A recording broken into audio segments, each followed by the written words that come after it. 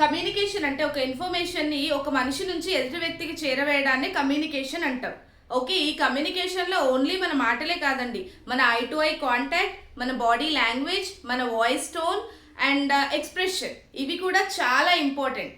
మనం ఎవరితో అయినా మాట్లాడేటప్పుడు ఎలా మాట్లాడుతున్నాము, ఏ ఏ పోస్చర్, ఏ బాడీ పోస్చర్ని యూజ్ చేస్తున్నాము అండ్ వాళ్ళతో ఎలా మనం కమ్యూనికేట్ అవుతున్నాము అనే ప్రాసెస్ కూడా చాలా ఇంపార్టెంట్ గైస్.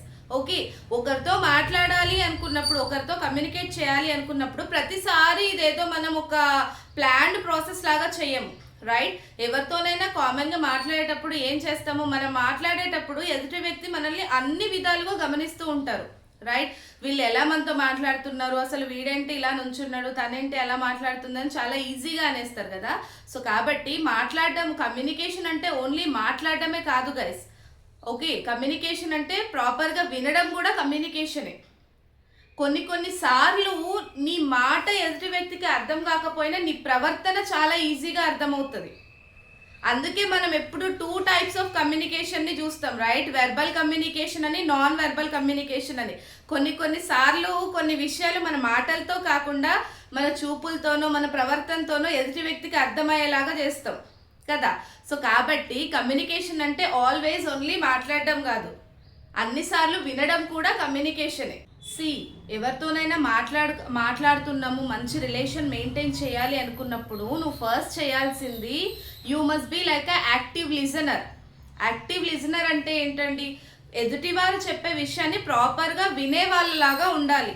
ప్రాపర్గా వింటున్నాము అనేది వాళ్ళకి ఎలా అర్థమవుతుంది? ఫస్ట్ వాళ్ళు మనతో మాట్లాడుతున్నప్పుడు మనం ఫోన్ పక్కన పెట్టేయాలి, అదైతే మెయిన్ స్టెప్. ఓకే, అండ్ మనం I to eye contact maintain చేయాలి.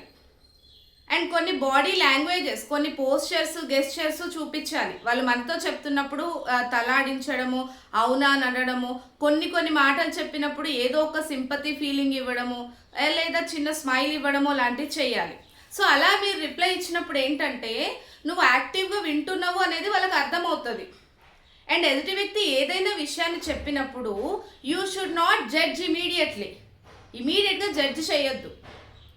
అండ్ మోర్ ఓవర్ ఏంటంటే రెక్లెస్గా నీ పని నువ్వు చూసుకోవద్దు.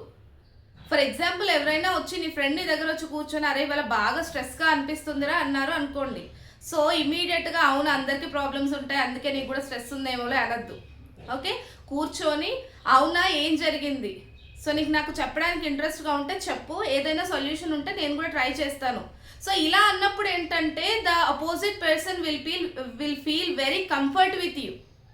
సో ఎదుటి వ్యక్తి, చెప్పే వ్యక్తి ఏమనుకుంటారంటే ఓకే వీడు నాతో బాగా వింటున్నాడు అండ్ నా ప్రాబ్లం వీడికి చెప్పుకున్నా ఏం కాదు అనే ఆలోచన వాళ్ళకి వచ్చింది అనుకోండి, ఆ కమ్యూనికేషన్ అనేది ఏమంటారు పాజిటివ్గా సాగిపోతుంది, కంఫర్ట్గా సాగిపోతుంది. సో కాబట్టి ఎప్పుడైనా ఎదుటి వ్యక్తి ఏదైనా చెప్పేటప్పుడు మనం ప్రాపర్గా వినాలి, అది ఫస్ట్ స్టెప్. ఇంకొక విషయం ఏంటంటే ఎదుటి వ్యక్తితో మాట్లాడేటప్పుడు మన టోన్ ఆఫ్ వాయిస్ అనేది చాలా ఇంపార్టెంట్ గైస్.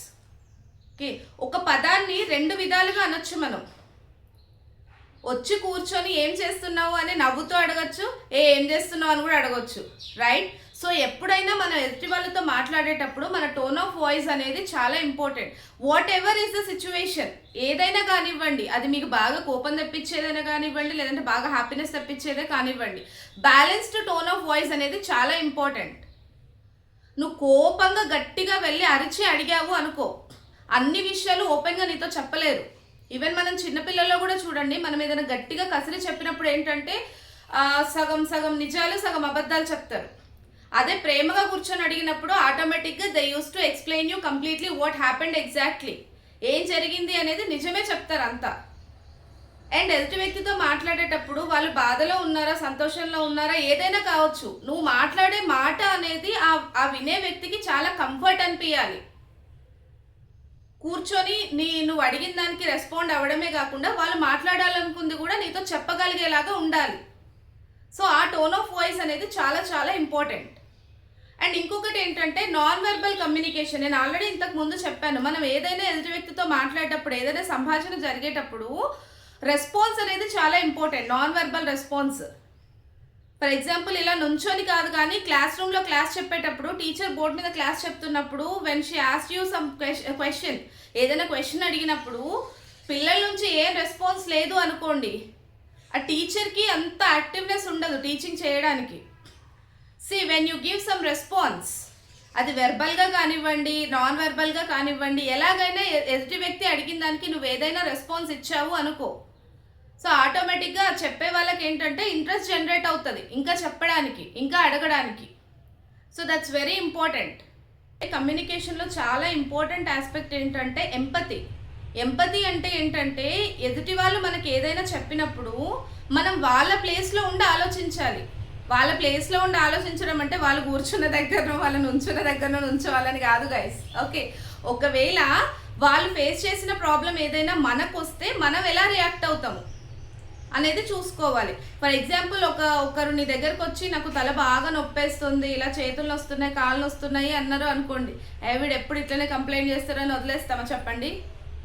నిజంగా నొప్పి లేస్తే ఆ ఫీల్ ఎలా ఉంటుంది అనేది మనం కూడా ఒకసారి ఇమాజిన్ చేసుకొని మనమైతే ఏం ఫాలో అవుతాము, మనమైతే ఏం రిసొల్యూషన్ తీసుకుంటాము, మనమైతే ఏం సొల్యూషన్ తీసుకుంటాము అనేది వాళ్ళకు కూడా ఎక్స్ప్లెయిన్ చేయాలి. నేనైతే ఇలా చేసేవాడిని, నువ్వు కూడా ఒకసారి ఫాలో అవ్వు, మేబీ తగ్గొచ్చు అని చెప్పారు అనుకోండి, వాళ్ళు నిజంగా ఫాలో అవుతారు. నీ ఆన్సర్కే చాలా కంఫర్ట్ ఫీల్ అవుతారు, ఇంకా వాళ్ళ మెజర్ని కంపల్సరీ ఫాలో అవుతారు. క్లియర్? సో కాబట్టి ఎప్పుడైనా ఎదుటి వాళ్ళు ఏదైనా ఎక్స్ప్రెస్ చేసినప్పుడు మనం వాళ్ళ ప్లేస్లో ఉండి ఆలోచించడం నేర్చుకోవాలి. అలా ఆలోచించినప్పుడు ఏంటంటే ఆ కమ్యూనికేషన్ ఏంటంటే సాఫీగా సాగిపోతుంది అనమాట. అండ్ ఇంకొకటి, అజంప్షన్స్ చేయొద్దు గైస్. ఎప్పుడైనా కమ్యూనికేషన్లో అస్సలు అజంప్షన్స్ చేయొద్దు.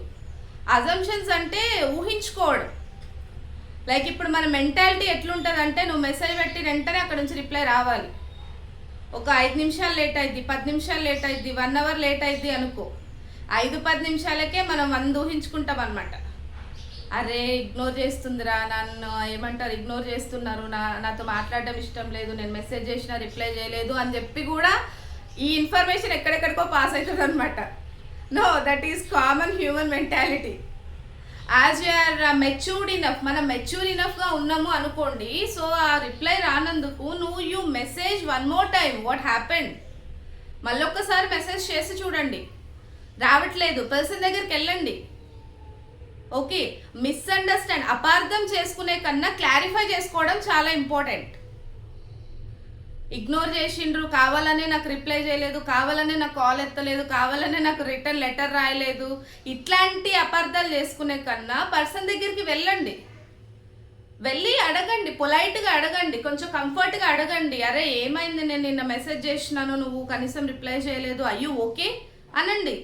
మీరు బాగానే ఉన్నారా, అంత బాగానే ఉందా అని అడిగినప్పుడు వాడు నిజంగా నిన్ను ఇగ్నోర్ చేసినందుకు వాడే ఫీల్ అవుతాడు. ఒకవేళ ఇగ్నోర్ చేసుంటే కనుక వాళ్ళే ఫీల్ అవుతారు, అరే ఇంత పాజిటివ్గా అర్థం చేసుకుంటుంది, నేను అనవసరంగా ఇట్లా అపార్థం చేసుకున్నానే, నేను అనవసరంగా రిప్లై చేయలేదని వాళ్ళే ఫీల్ అవుతారు. ఇలా కాకుండా నిజంగానే వాళ్ళు ఏదైనా ప్రాబ్లంలో ఉన్నారు అనుకోండి, మీరు వెళ్ళి అలా అడిగినందుకు కూడా చాలా హ్యాపీ ఫీల్ అవుతారు. And they talk to you openly, వాళ్ళు చాలా ఓపెన్గా మాట్లాడడానికి ట్రై చేస్తారు నీతో.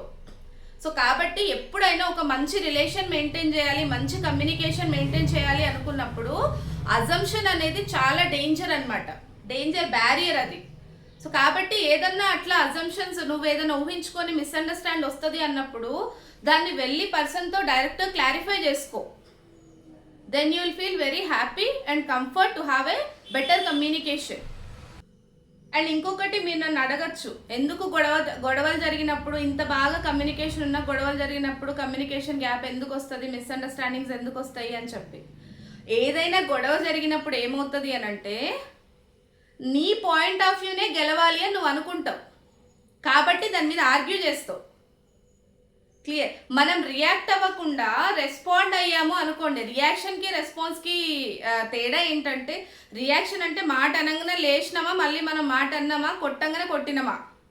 రెస్పాండ్ అవ్వడం ఏంటంటే, అన్న మాటకి ఒక 2 minutes కూర్చొని ఆలోచించండి, ఓపిక్గా నుంచొని నువ్వు ఎందుకు అంటున్నావు ఈ మాట అనండి.